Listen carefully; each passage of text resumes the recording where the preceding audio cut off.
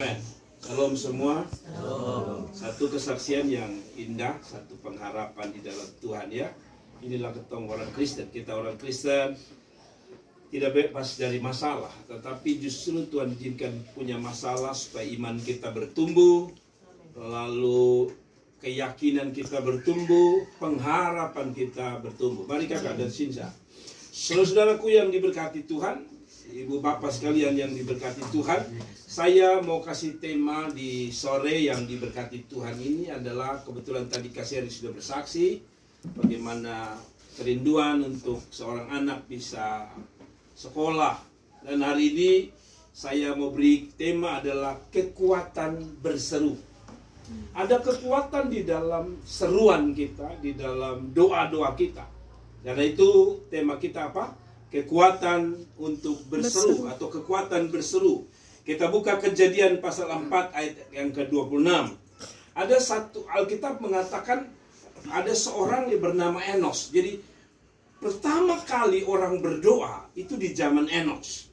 Jadi kita baca sama-sama Kejadian 4 ayat 26. Kalau sudah dapat katakan amin. Saya baca untuk kita sekalian. Lahirlah, Kejadian 4 ayat 26. Lahirlah seorang anak laki-laki dari Set, dan anak itu dinamainya Enos. Waktu itulah orang mulai memanggil nama Tuhan. Jadi pertama kali Alkitab mencatat orang yang berseru kepada Tuhan, yang memanggil nama Tuhan, itu bernama Enos, anak dari Zet. Nah, kenapa pertanyaannya, kenapa orang mulai berseru kepada Tuhan? Kenapa orang mulai memanggil nama Tuhan? Dan untuk apa kita memanggil nama Tuhan? Seperti tema saya bahwa ada kekuatan di balik seruan kita kepada Tuhan. Amin. Setiap seruan kita itu ada kekuatan, ada pengharapan, ada iman yang kita bisa pertaruhkan di dalam seruan kita.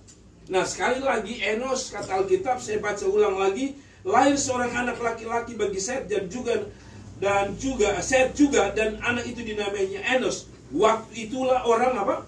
Mulai memanggil nama Tuhan. Jadi orang pertama kali yang menyadari harus memanggil nama Tuhan adalah Enos.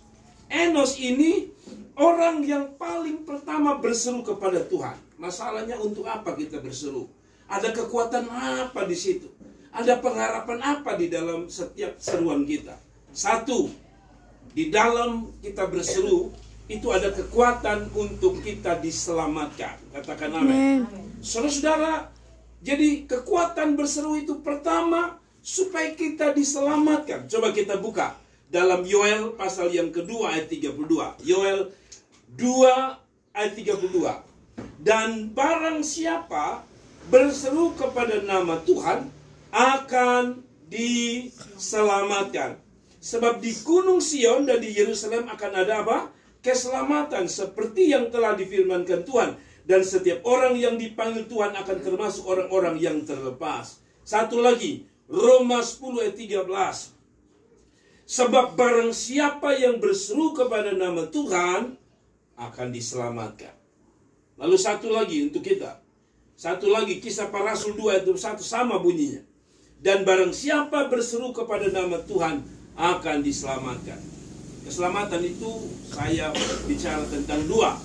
Satu, keselamatan selama kita ada di dunia ini. Amin. Jadi waktu kita mau pergi kerja, kita butuh selamat di jalan. Amin. Kita butuh selamat di jalan supaya kita selamat. Kita juga butuh keselamatan di tempat kita kerja, ya. Apalagi Kak Agus ini kan berhubungan dengan dapur, dapur berhubungan dengan kompor, kompor berhubungan dengan api. Apa saja bisa menimpa kita. Tapi dia bilang orang yang berseru itu ada kekuatan untuk apa? Diselamatkan. Tapi yang paling penting adalah lewat doa kita, kita diselamatkan Tuhan. Maksudnya begini, kalau ada keluarga kita yang belum selamat, orang belum mengenal Tuhan, mereka masih jauh daripada Tuhan, mari kita dengan kekuatan doa kita berseru. Karena di dalam seruan itu ada kekuatan untuk apa? Diselamatkan. Amin. Yang kedua, ada kekuatan apa? Menurut Hakim-Hakim 15 ayat 18-19. Coba saudara baca Hakim-Hakim 15 ayat 18 sampai 19. Ketika ia sangat haus, berserulah ia kepada Tuhan oleh tangan hambamu ini. telah kau berikan kemenangan besar itu. Masakan sekarang aku akan mati kehausan dan jatuh dalam tangan orang yang tidak bersunat. Kemudian Allah membelah liang batu yang di Lehi itu, dan keluarlah air dari situ. Ia minum, perhatikan kata ini, lalu menjadi apa? Kuat dan segar kembali.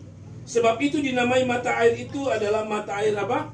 Penyeru, yang sampai sekarang masih ada di Lehi. Saya suka kekuatan berseru itu, kekuatan seruan itu menurut Hakim-Hakim 15 ayat 18, 19, khusus 19 dikatakan dia memberikan apa? Waktu dia kasih air yang keluar dari batu, bicara tentang kuasa Tuhan. Jadi kekuatan berseru kita itu menarik kekuatan kuasa Tuhan. Amin. Tadi kakak serius bersaksi, kalau kita pikir 2-3 juta bagi orang lain, betul kakak, termasuk beta juga. 2-3 juta bagi orang lain itu sedikit, bagi ketong itu sangat banyak. Karena kalau beli beras 2-3 juta bisa bayangkan kita pun kamar penuh beras. Ya, tapi ini untuk anak sekolah saja, bayangkan. Tapi dia bilang, tadi dia bilang gini, air itu kalau keluar dari tanah itu biasa, betul ya? Amen. Tapi dikatakan ketika orang-orang berseru, air itu keluar dari mana? Dari liang batu, dari dalam batu. Itu tidak masuk akal, Kak Agus, Kak Shirley. Yang namanya air itu keluar dari tanah. Tidak ada air keluar dari batu. Betul ya? Dan dikatakan ketika mereka berseru itu keluar dari batu. Apa artinya? Kekuatan doa itu mampu melakukan sesuatu yang dianggap tidak mungkin. Mari kita berdoa ya. Aldo berdoa supaya besok Tuhan buat sesuatu dalam hidup Aldo. Ya, ada liang-liang batu yang akan dibuka oleh Tuhan. Bukan hanya itu. Ia minum lalu menjadi kuat dan segar.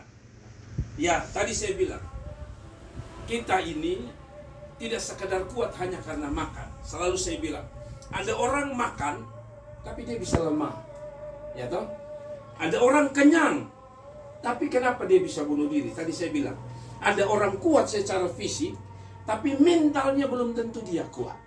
Di dalam seruan itu kita kuat menghadapi pergumulan. Kenapa orang cenderung bunuh diri? Karena dia pun fisik kuat, ada makan, minum, semua pakai. Tapi dia pun mental, dia pun jiwa tidak kuat. Sehingga ada orang yang kelihatannya punya segalanya, tapi dia gampang frustrasi. Tapi menurut Alkitab dia bilang, ketika mereka berseru, dia menjadi kuat dan segar. Saya percaya bahwa kita semua ini menghadapi persoalan, tapi lewat seruan kita, ada saja kekuatan Roh Kudus menopang kita. Amin. Ada saja Roh Kudus kasih kita kekuatan untuk tidak mudah menyerah, tidak mudah putus asa, apalagi lemah. Tapi dia bilang makin kuat. Ada amin? Amin. Jadi saudara aja anggap remeh dengan doa Kak Agus. Hanya doa yang mampu memberi kekuatan. Tadi mungkin saudara-saudara belum hadir, tapi Kak Agus bilang sebelumnya dia kerja di salah satu resto yang harus kerja dari mulai sore kah? Pagi ketemu pagi sampai subuh. Saudara bayangkan kita saja pimete orang mati saja besok kita akan tidur sampai siang karena terlalu lemah. Ini pagi ketemu pagi, bertahun-tahun, berbulan-bulan. Siapa yang topang? Itu bukan Kak Agus. Ada tangan Tuhan yang topang. Amin. Siapa yang kuat? Kita saja mete 3 hari berturut-turut sudah kepala pusing, ya, mata kunang-kunang, darah rendah, kan?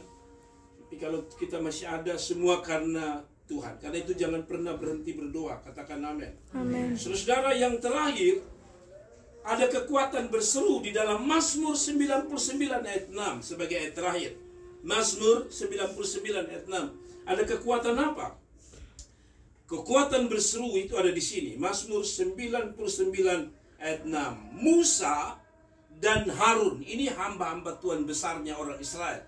Musa itu tokoh yang dikagumi oleh orang Israel. Harun pun demikian.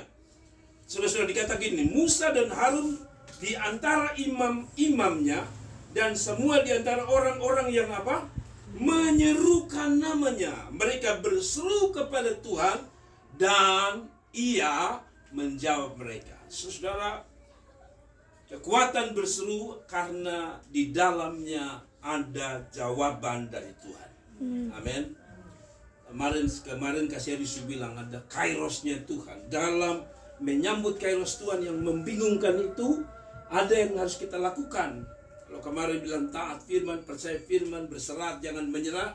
Hari ini dia anjurkan kita dalam menanti kairos Tuhan, jawaban Tuhan, dengan cara berseru.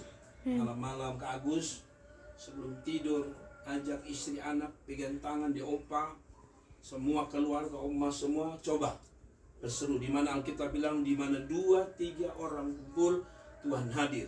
Kalau Tuhan hadir, Tuhan bekerja. Jadi menangis di bawah kaki Tuhan. Kak Sherly, saya punya pengalaman bersama Mama Gembala.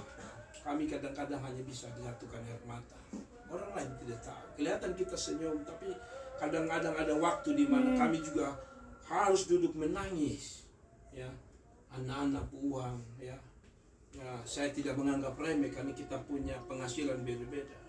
Anak saya juga satu semester itu untung Jenny sudah 3, kalau tidak tiap semester Jenny 2 juta, Jordan 1 juta, Cynthia 7 juta, bayar 10 juta kasih setiap semester dan setiap tahun. Berarti kalau 1 tahun ada 14 juta yang saya harus kasih. Tapi sampai hari ini ya total minimal bisa Allah Tuhan buka jalan. Kita tidak sedang menghibur Kak Sherly, Kak Agus. Tuhan hanya butuh hati yang hancur di hadapan Tuhan. Berseru sama-sama, saling bergandengan tangan, masuk kamar menangis. Aldo nangis sama Tuhan. Alkitab bilang tadi sekali lagi, dan Samuel di antara orang yang menyerukan namanya, mereka berseru. Mereka itu berarti tidak satu orang, betul ya? Kata mereka itu lebih dari satu. Mereka itu adalah Kak Agus, mereka itu Kak Sherly, mereka itu Opa, mereka itu adalah Aldo dan adik-adik. Dan dikatakan mereka berseru kepada Tuhan dan Ia menjawab mereka. Saya suka adalah ini mungkin saja pergumulan 1-2 orang, tapi karena mereka sama-sama berseru, yang dijawab juga kepada mereka. Saya percaya tidak kebetulan Tuhan kasih ayat ini. Agus, kita semua, Esti dan semua siapapun yang mendengar firman Tuhan ini, ada kuasa di dalam seruan. Karena kuasa itu akan membuat Tuhan mendengar dan menjawab doa. Amin. Kita tunggu kesaksian dari Kak Agus dan Kak Sherly mengenai perkara Tuhan. Amin. Pesan saya terakhir sekali lagi, malam ini bangun pagi mulai dengan Tuhan. Saya percaya ada mujizat, ada kuasa Tuhan, ada saja cara-cara Tuhan.